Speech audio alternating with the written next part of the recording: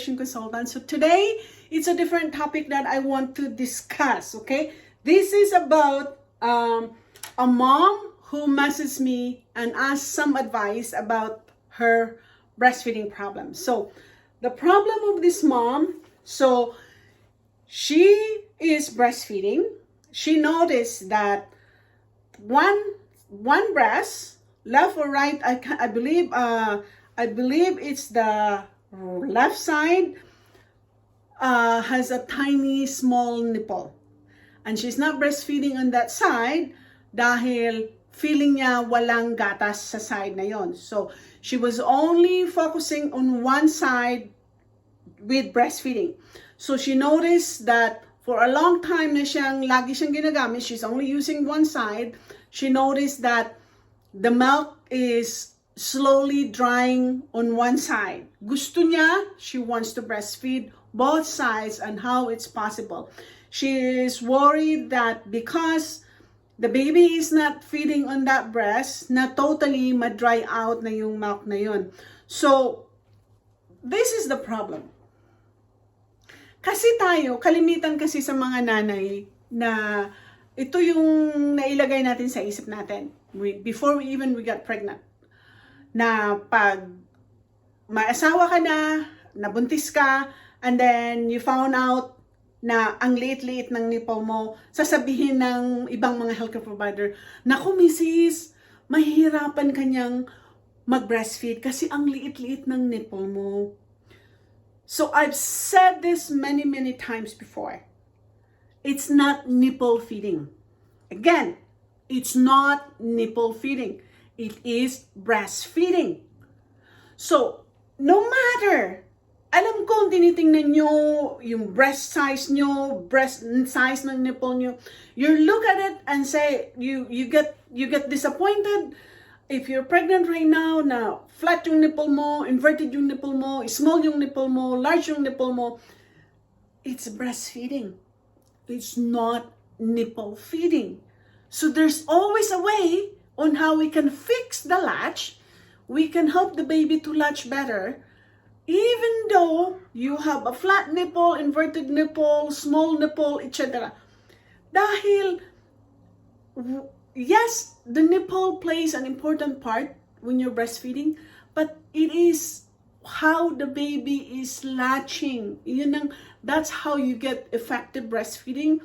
It's how effective the latch is.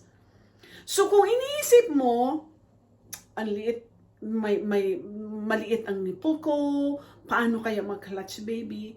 So, you really gonna struggle dahil feeling mo, yung defect ng nipple size mo, yun ang magiging cause ng pag-latch ni baby. Hindi po.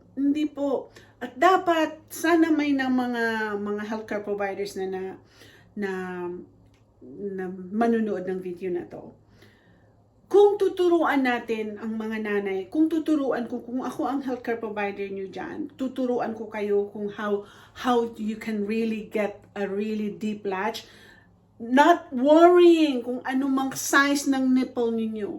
To be honest, breastfeeding would be possible, would be effective, no matter anong size ng nipple mo. Because again, it's not nipple feeding, it is breastfeeding.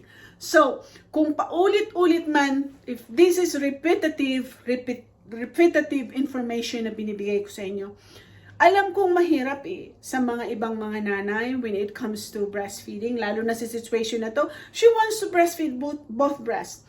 Ang alam nyo mangyayari sa mga nanay who just focus on one breast dahil they're worried about the other side, kalimitan, either nadideform yung breast, one breast is regular size and the other breast gonna be so small and skinny.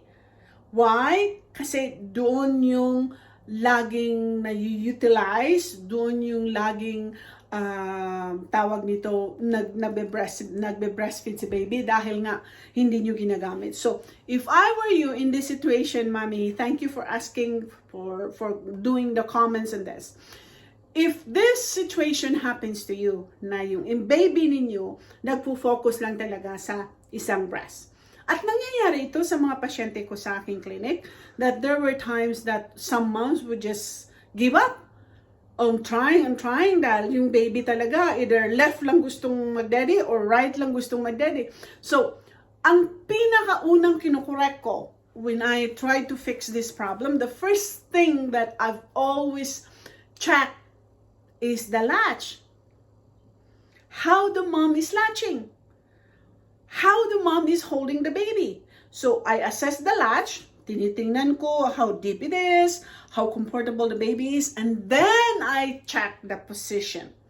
Kasi kalimitan talaga, one of the biggest factor that can affect latching is positioning. Kasi yun talaga if the baby is comfortably positioned in a good way, the baby will be able to latch comfortably. Effectively, pag maganda talaga yung position, pag comfortable si baby. Because believe me, if baby is not comfortable doon sa position na ginamit nyo, the baby will not latch effectively. No! Because the baby will say, Mommy, I am not comfortable. I'm just gonna push away. I'll cry. I'll push away. I'm gonna turn my face side to side. Ayaw ko. Because when you what? I don't want to breastfeed because I am not comfortable. So the best way to do this is if you are going to see your healthcare provider and ask for help, I'm hoping they know how to teach you how to position. Change the position in this problem.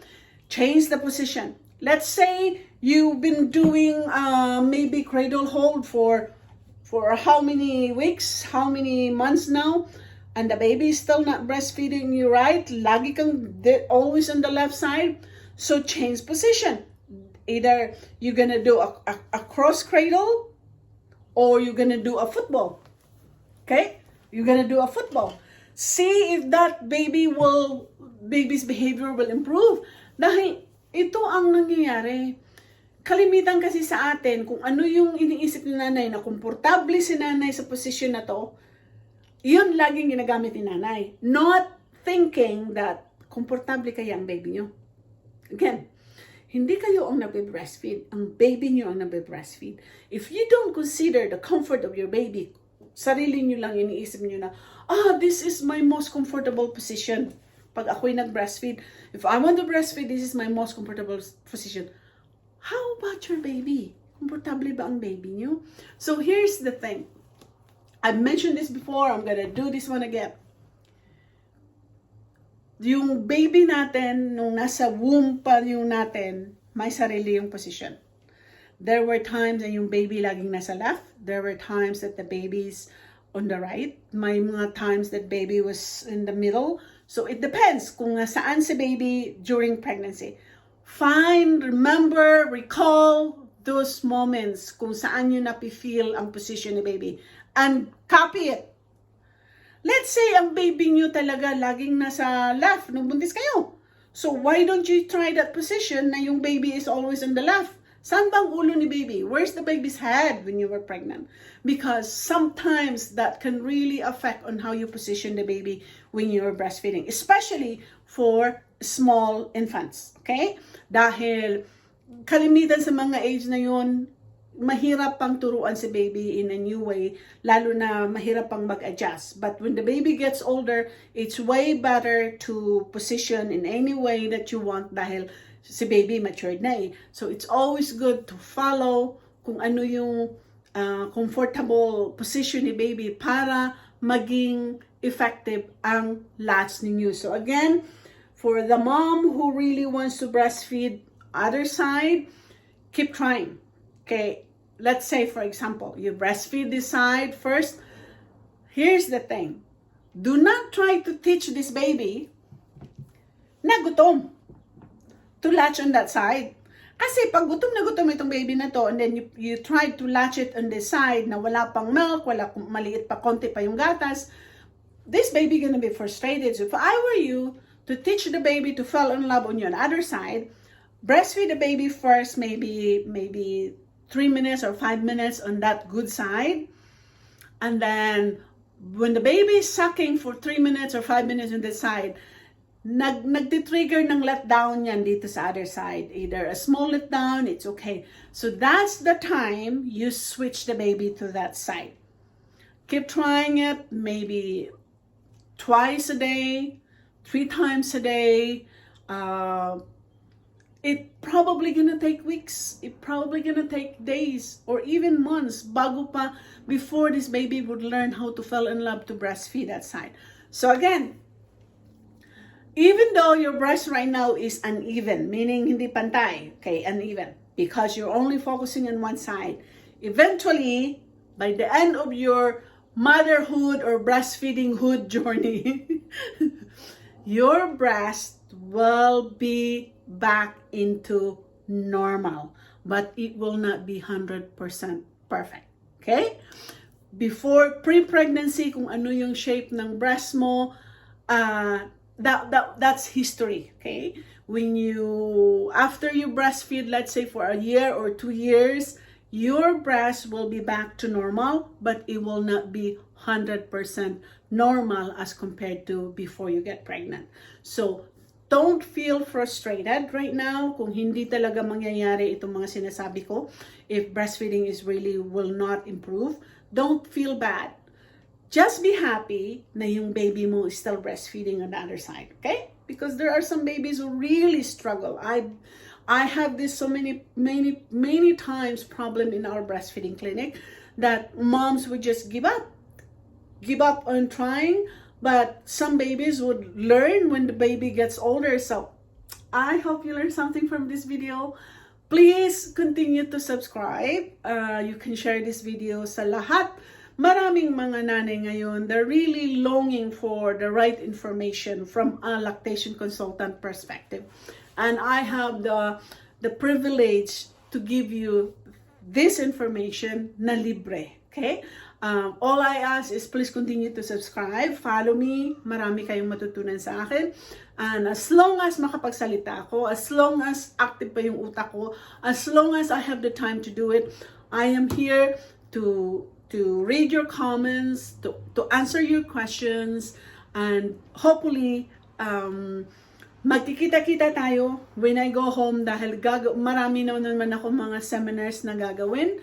When I go home, hopefully this year, may awa ang Diyos. So, thanks again for watching. Please subscribe, continue to subscribe, like this video, do your comments kung ano yung mga experiences, no? What did you do?